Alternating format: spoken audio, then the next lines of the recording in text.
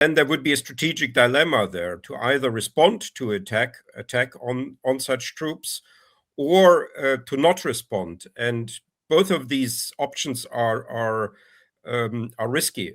So if such a multinational force would be attacked and would then respond, this would basically then have the high risk of involving the sending states into a war with Russia. That means into a war between NATO eventually and Russia. If, on the other hand, the troops would not respond to an attack, then this would be a very embarrassing and difficult situation, because that would then sort of create the question: what do these security guarantees mean at all? How you assess Paris Declaration signed by coalition of the willing USA and Ukraine? Mainly, I'm curious about prospect of deployment of multinational forces of France and UK in Ukraine. And as we know, Russia threatens that they will be a legitimate target. In substance, the Paris Declaration didn't offer anything new. These were basically topics that were already being discussed for several months, since, I would say, spring last year. But what was important, I think, about this meeting in Paris was that representatives of the US were present as well.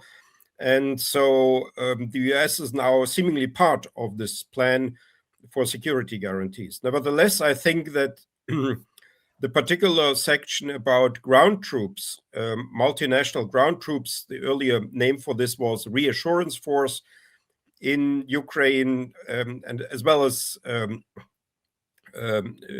warships in the Black Sea, look not very likely to me, because as you just said, the Russian Federation is radically against this, and they would be tempted to attack these troops.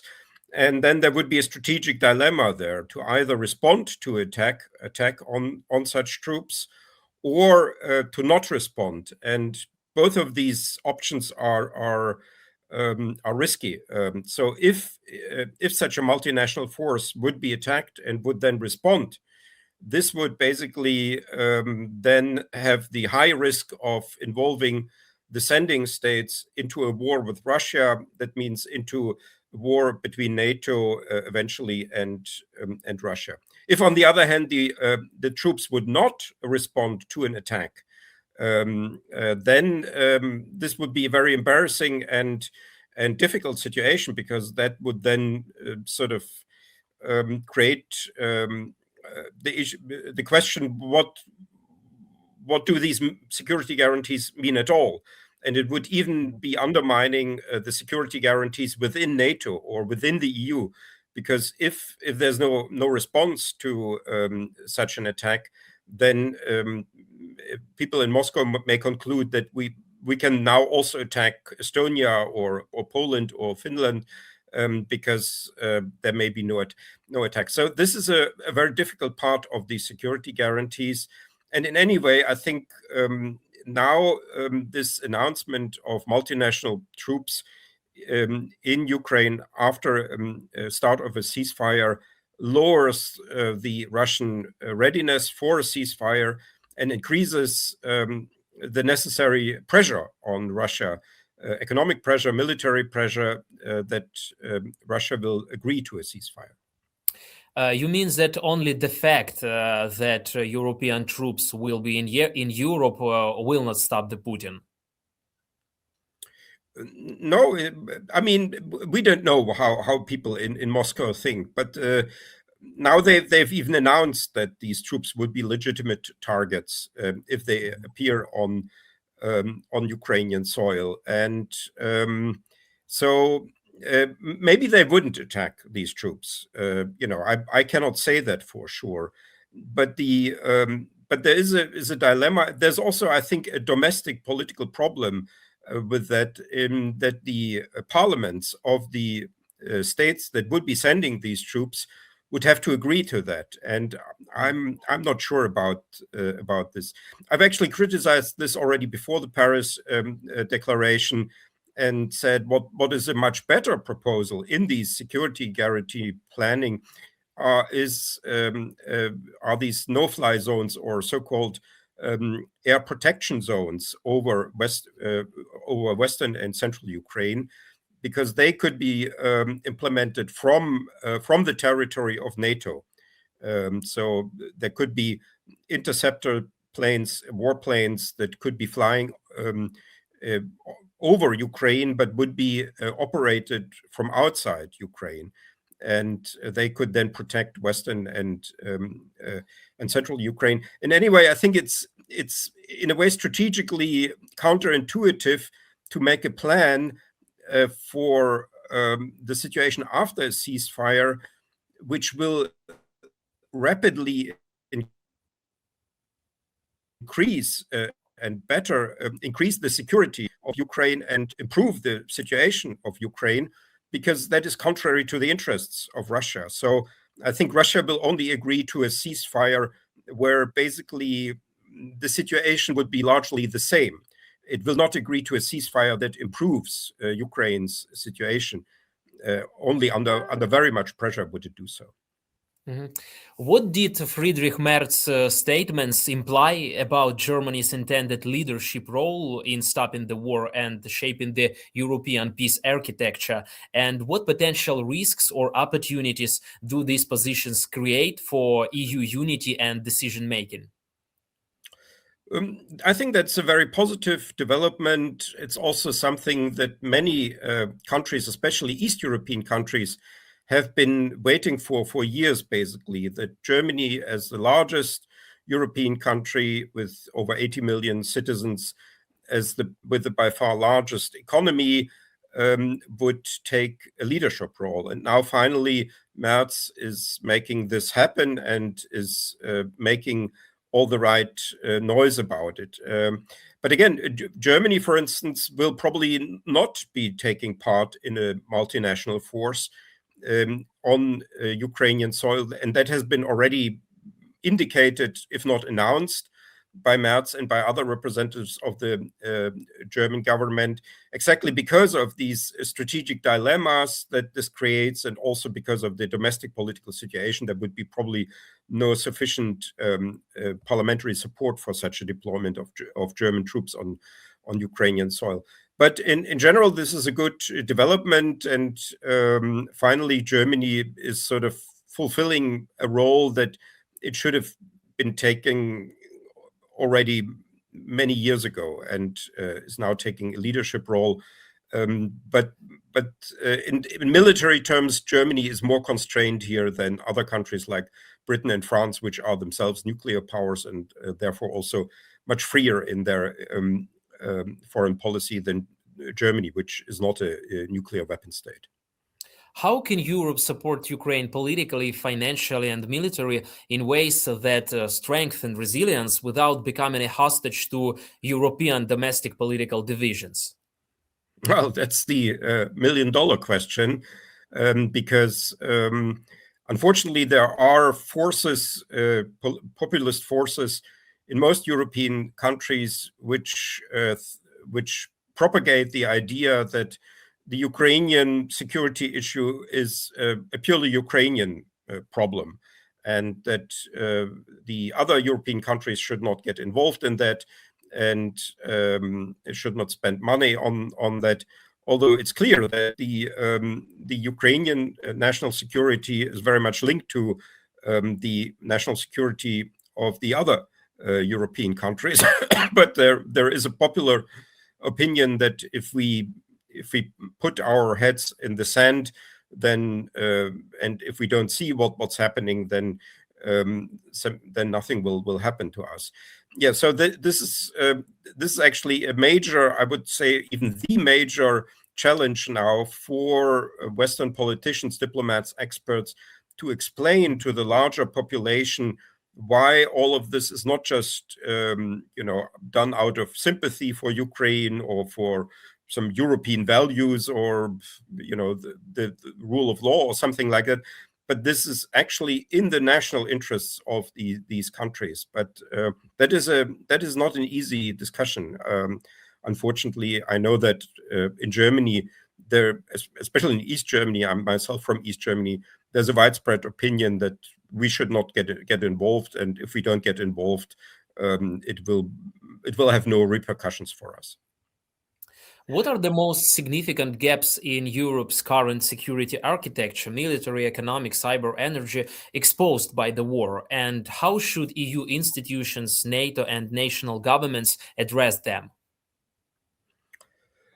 Oh, there are many. I guess maybe I mention only two. And the first and most obvious one is the high dependency of European security on American support, on American defense and American troops and American technology and intelligence and so on.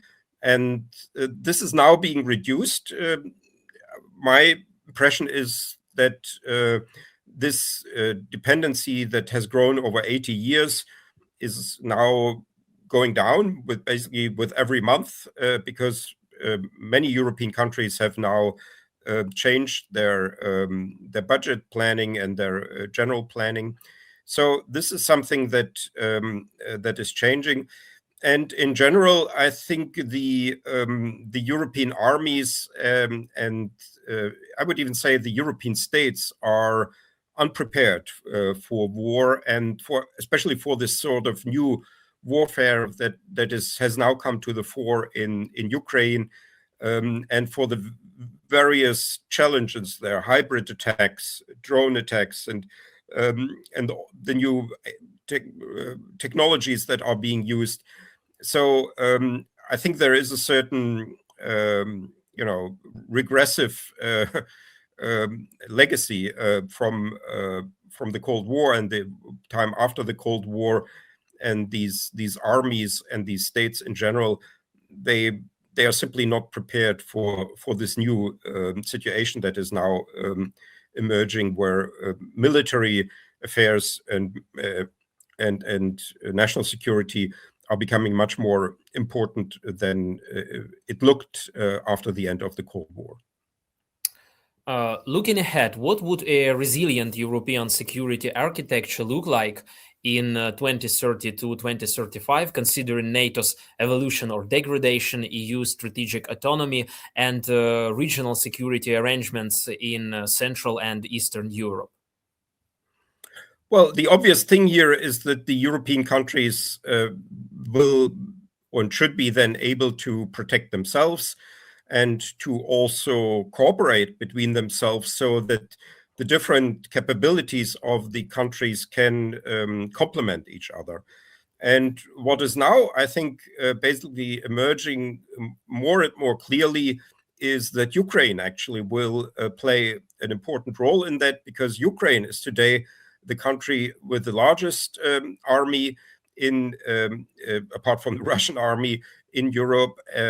It's it has experience from the battlefield. It has developed new technologies, new tactics, new procedures, and so on. And I would think that Ukraine will be at the core of the future security architecture of Europe, and will actually make a contribution to the protection of other countries, especially of NATO countries on at the eastern flank, and can actually in some ways even perhaps replace the US as a security provider in some ways, not in all ways.